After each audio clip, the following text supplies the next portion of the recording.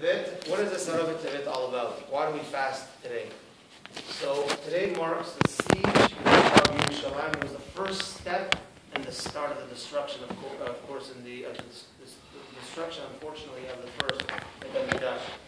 The siege was started today on Asara Tevet, and the next step was Shiva Asar Tammuz, the 17th of Tammuz, where they broke into the walls of Jerusalem. That didn't happen in the Tammuz that followed right after. Right now, we're in Tevet. It didn't follow in that Tammuz was the next Tammuz later. So it was a year and a half later when they actually breached into the walls. And then that Tisha B'Av, that's when it was finally destroyed. But the start of it all happened today, and that's what we are fasting for. And before we get into the specifics of Asara Tevet, a little bit more deeper, but we just always like to mention the Rambam that says that the fast day, the main thing of the fast is not the actual fasting itself, but what's most important is the day of Teshuvah, the day of asking Hashem for forgiveness, because these sins, this happened to us because of our sins. This whole thing with the Beit HaMikdash, we mark 4 fasts a year that have to do with the Beit HaMikdash. We start with Asara Tevet, the next is Shivas Tammuz, Tisha B'Av, and Tzom Gedaliah. Tzom Gedaliah is after the destruction of the Beit HaMikdash, the last community in Israel. The last Jews left in Israel were kicked out, and then at that point there was 0 Jews in Israel. So that was we commemorate with Tzom Gedaliah, and those are 4 Ta'anit every single year that we commemorate. But that all happened because of our sins. Says the Rambam. Therefore, these days are days of Teshuvah. So we had a very long Tachanun today. All of it was all about asking Hashem for forgiveness for our sins, because that's what caused these things. And if we perfect ourselves, then that will, Bezrat Hashem, bring the Beit HaMikdash and bring everything that we've been waiting for.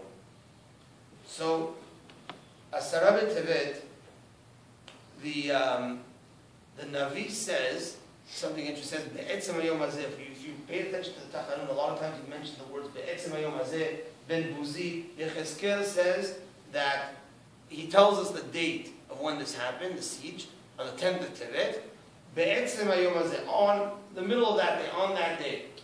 That wording is the same wording as on Yom Kippur, that you're supposed to fast Be'etzem Hayom Hazeh.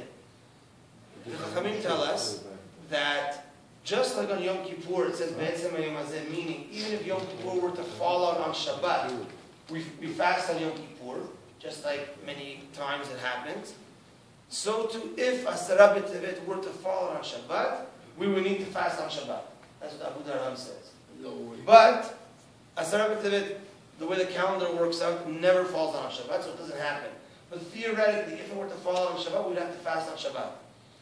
Tisha B'Av, though, falls on Shabbat, and we push it off. Everything else falls on Shabbat, we push it off. Asara Tevet, if it would fall on Shabbat, we would need to fast. Khatam Sofer. But it never happened. It can't happen. Friday, yes. Friday, yes, and you fast on Friday, right?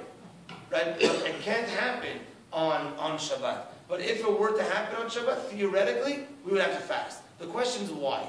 Khatam Sofer famously asks and famously explains as follows. So why is it that if it were to fall on Shabbat, that we would need to fast on Shabbat? What's so great about Asara Tevet today that we're commemorating? So he says as follows: because it's the start of everything. And the start means that just like on this world, we saw the siege happen. That means in Shamayim, they gave a ruling that it's starting today. That on today, Asara Tevet, the whole thing started until the destruction of Beit HaMikdash. Says the Khatam Sofer, that we know the concept that every single generation that Beit HaMikdash is not built in, it's as if it was destroyed in that generation. It's as if because of the actions of the Jews in that generation that it was destroyed. Therefore, every single year that passes, every generation that passes, it's worse off than the generation before, because it's another generation that we didn't build the Beit HaMikdash. Another generation because of, unfortunately, our sins. So therefore, when is the day that the whole thing started and sealed that the Beit HaMikdash was supposed to be destroyed back when it did get destroyed? That was on Asara Tevet. So therefore, says the Khatam Sofer, every single year on Asara Tevet, it's a judgment day if the Beit HaMikdash is going to be built that year or not. On Asara Tevet. Because that was when it was judged that we're going to have a siege, and then it's going to be breached, and then we're going to get destroyed. The whole thing started here, today. So to every single year in heaven, we have that psa. Is it going to be destroyed that year? Is it going to be rebuilt that year or not? And therefore, there's a halakha, because you could ask yourself, are you allowed to fast on Shabbat or not? So we said Yom Kippur, yeah, okay, Yom Kippur is different. But if a person, he wants to fast, is he allowed to fast or not? Or for a specific reason. Let's say he has a nachala, a yortzeit of his father. Is he allowed to fast? He's not allowed to fast. Never. But the halakha tells us that ta'anit chalom, a person has a bad dream, and he wants to fast because of a bad dream, ta'anit chalom, he's allowed to fast on Shabbat even. What's the difference? The difference is that a ta'anit chalom is, what's a bad dream? A bad dream is, I had a bad dream, and I think something bad's going to happen to me.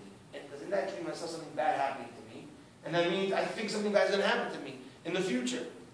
So I'm upset about it, and it bothers me. So I fast, and I try getting rid of this gezerah. It's a tzara ha'atida. This is what the Khatam Sofer says. But when a person's father passed away, or mother, or a loved one passed away, that's a tzara that happened in the past. I just commemorate it every year. A tzara that happened in the past, we don't fast on Shabbat for. But a tzara that could happen in the future, you have the ability, you're allowed to fast for. That's ta'anit chalom. So too, that's the difference between Asara b'Tevet and all the other fasts. All the other fasts, even Tisha B'Av, Yud Zayin b'Tammuz, Tzom Gedalia, I'm fasting because something that happened. So something that happened, you don't have to fast on Shabbat because of a tzara that happened. That happened in the past. Shabbat is now. We can't fast on Shabbat now because of that. But Asara b'Tevet, it's a gezerah for the future, because Asara b'Tevet, every single Asara b'Tevet is a judgment for the future. We're going to have the Bet HaMikdash this year or not. So therefore, technically, if Asara b'Tevet were to fall on Shabbat, you would need to fast.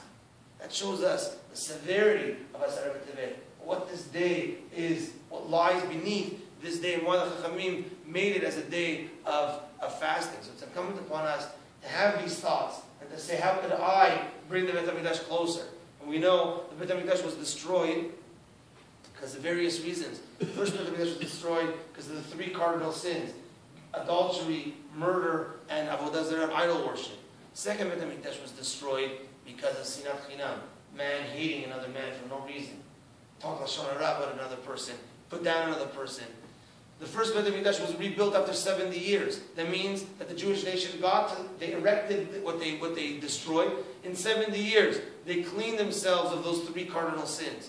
But it's been a long time, 2,000 years since the Bet HaMikdash Sheni was destroyed. That means that we still have this problem in our hands, that we still don't like our fellow Jews the way we're supposed to.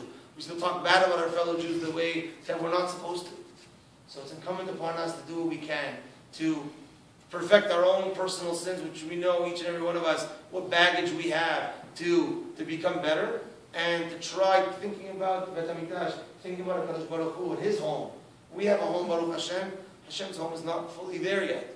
So we have to think about Hashem's home and what we can do to improve that, to bring that closer. Bezrat Hashem, if we have these thoughts, Hashem will soon bring us to Bet HaMikdash. B'mira b'yameinu. Amen. I'm sorry, can I ask another question? Yeah.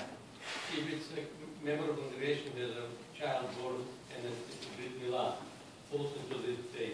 Are you going to be... So Brit Milah, every single day you do a Brit Milah, even Tisha B'Av, even Yom Kippur. No, but do they read Tachanunim? Yes, you still read Tachanunim. For the... Yeah, you still read Tachanunim. Good question. Still read Tachanunim because these are Tachanunim like universal. That's you can't get rid of the holiday because of the Brit Milah. Yeah. Like there is a Brit Milah of someone that I know today that I'm invited to. I don't think I want to go, but so what they do is they do it right before sunset, and then they're gonna do it, I think, at like 10 to 4. They're gonna do mincha, right before sunset, and then they have the seudah after the fast.